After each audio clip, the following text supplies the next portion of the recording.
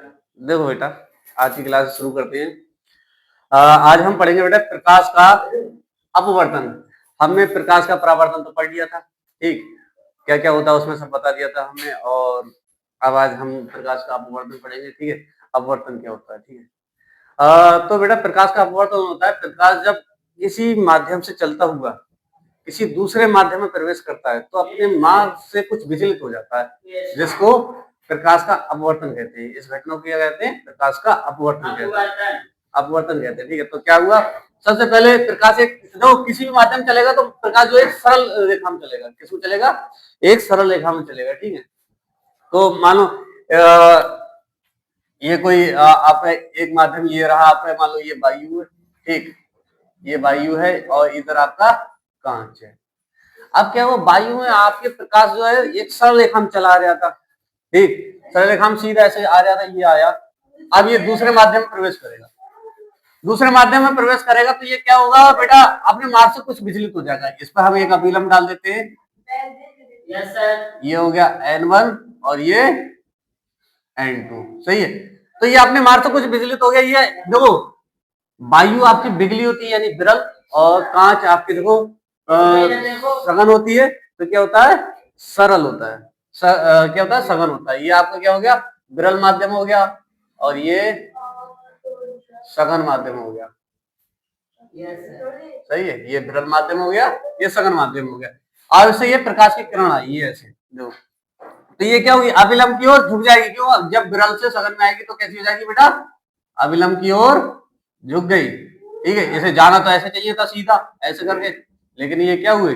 अभिलंब की ओर झुक गए। तो इसको क्या कहेंगे? प्रकाश का अपवर्तन कहेंगे। सही, प्रकाश का अपवर्तन यानी रिफ्लेक्शन ऑफ लाइट कहेंगे। अब क्या होता है, जब हमारी प्रकाश की किरण विरल माध्यम से उल्टा कर देते हैं, सघन माध्यम से विरल माध्यम जाए तो क्या होती है? अभिलंब से दूर हट जाती है। क्या होती है बेटा? अभिलंब से दूर हट जाती है, ठीक है। तो एक डायग्राम और बनाते हैं हम। ये हो गया। अब इसमें हमने ये अभिलंब डाल लिया, सही है, N1 N2। अब हमने इसको उल्टा कर दिया, ऊपर कर दिया हमने कांच कर दिया, और नीचे आपने क्या कर दिया? वायु कर दी, ठीक। अब क्या हुआ, देखो, ये आई प्रकाश की किरण आपकी, ये आई। अब ये आ तो सीधी रेखी, यानी प्रकाश जो एक सरल रेखा में चलता है, हमने इसके गुण में हमने बता ही दिया था। तो ये सीधी सरल रेखा में आ रही थी, इसको सीधा ही जाना चाहिए था। ये देखो, यहाँ से ऐसे करके बिल्कुल सीधा ही जाना चाहिए था। लेकिन क्या हुआ, जब माध्यम चेंज हो गया तो ये फिर से अपने मार्ग से क्या हो गई? विचलित हो गई, ठीक है। तो जब ये आपकी क्या, कहां से सघन से विरल में जाती है तो ये अभिलंब से क्या दूर हट जाती है, ठीक, ये दूर हट गई। देखो बेटा, इसमें जो किरण आती है उसको कहते हैं बेटा आपके आपतित किरण। ये हुई आपकी आपतित किरण, और ये आपकी अपवर्तित किरण दूसरे माध्यम में गई, वो कौन सी होती है? अपवर्तित किरण, सही है, ठीक। ये आपकी क्या हुई? आपतित किरण होगी, आपतित किरण। और ये हो गई आपकी अपवर्तित किरण, ठीक। अब बात करते हैं, इसमें कुछ कोण बनते हैं। आपका एक बनता आपतन कोण और दूसरा होता अपवर्तन कोण। आपतन कोण किस कहां का बनेगा? अभिलंब और आपतित किरण के बीच जो कोण बनेगा वो होगा आपका बेटा आपतन कोण। ये हो गया आपका आपतन कोण, सही है। इसमें आपका ये वाला आपका आपतन कोण, आपतन कोण, इसको कहते हैं इंसिडेंस ऑफ एंगल, सही है। और अपवर्तित किरण और आप अभिलंब के बीच का बना कोण आपका क्या होता है? अपवर्तन कोण। इसको हम आर से दिखाते हैं। ये देखो आपका क्या है? अपवर्तन कोण, ये आर से कर है, ये रिफ्लेक्शन ऑफ एंगल होता है, ठीक है। इसको आर से दिखाते हैं। बात करते हैं अब इनकी कुछ परिभाषा होगी। परिभाषा कौन कौन सी है? तो आपकी पहली आपतित किरण की परिभाषा बताते हैं। आपतित किरण की परिभाषा जो है वो हो गई बेटा आपकी, किसी माध्यम से जो किरण आती है और किसी दूसरे माध्यम पे टकराती है उसको क्या कहते हैं हम आपतित किरण कहते हैं, ठीक है। और आपकी अपवर्तित किरण, अपवर्तित किरण, अपवर्तित किरण कौन सी होगी बेटा, जो आपके दूसरे माध्यम जाएगी यानी अपवर्तन होकर जाती है उसको हम क्या कहते हैं, अपवर्तन किरण कहते हैं। ये आपकी क्या है, ये बी हमने दिखा दी, ये ए दिखा दिया, ओ दिखा दिया, ठीक है, सही है। ये तो आपकी जो किरण आई वो आपकी क्या हो गई, आपकी किरण हो गई, और ये आपकी क्या अपवर्तित किरण हो गई, ये दोनों परिभाषा हो गई। अब आपकी बात करते हैं हम बेटा आपतन कोण की, आपतन कोण, आपतन कोण कौन सा है, आपतन कोण आपका होता है बेटा अभिलंब और आपतित किरण के बीच जो कोण बना होगा उसको क्या कहते हैं, हम आपतन कोण कहते हैं। इसको किससे दिखाते हैं बेटा, आई से दिखाते हैं, सही है। इसको हम किससे दिखाते हैं, आई से दिखाते हैं। किस किसके बीच बना है, तो एक बार फिर बता रहे हैं, आप अभिलंब और आपतित किरण के बीच बना कोण क्या होता है, आपका आपतन कोण होता है। इसको हम क्या कैसे दिखाते हैं, आई से दिखाते हैं, ठीक है। अब आपका आता है अपवर्तन कोण, अपवर्तन कोण लिखते हैं,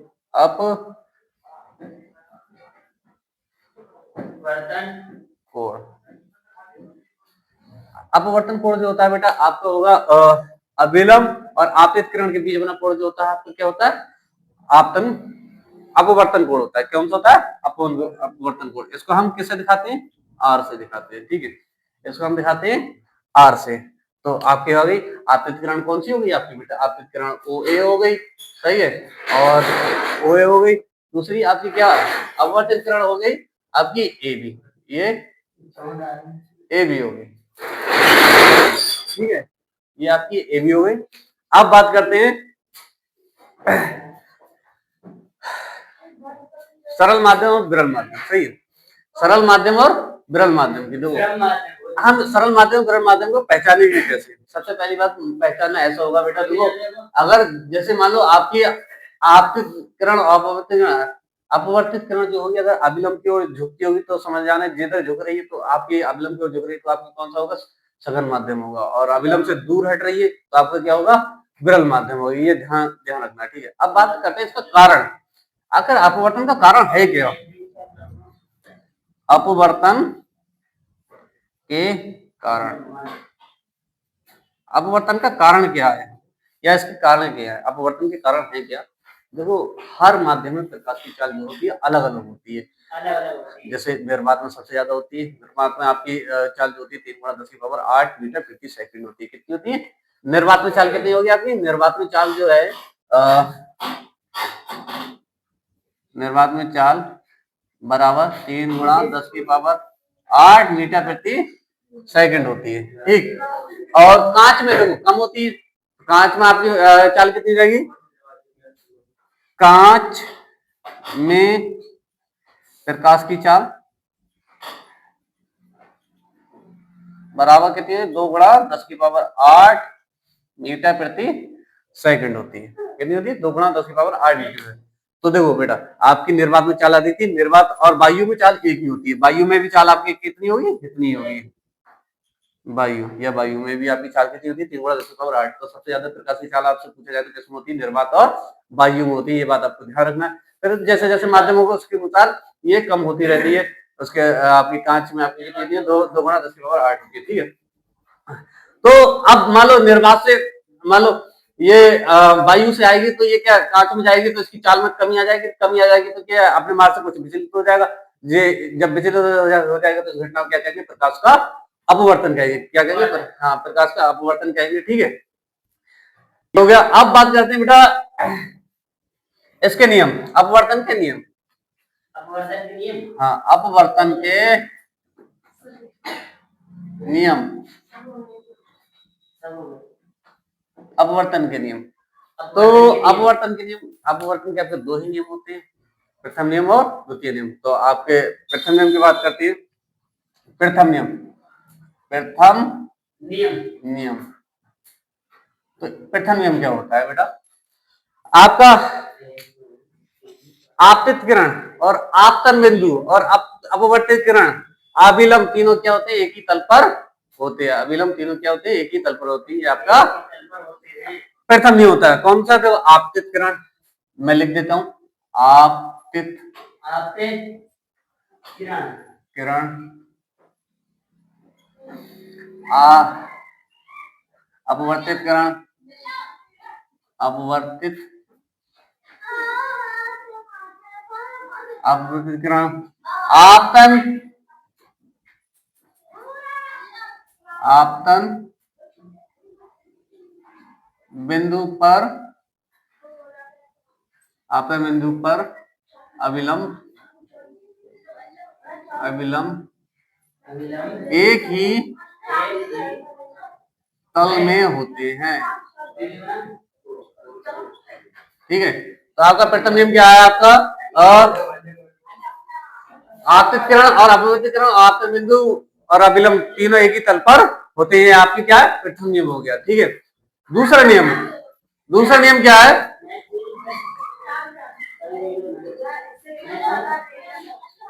द्वितीय नियम होता है बेटा आपका आपतन कोण की जिया और अपवर्तन कोण की जिया का अनुपात एक नियतांक होता है। ये आपका दूसरा नियम होता है। आपतन कोण की जिया और आपतन कोण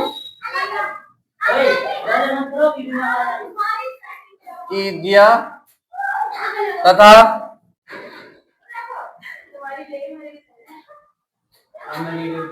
अपवर्तन कोण की जिया का अनुपात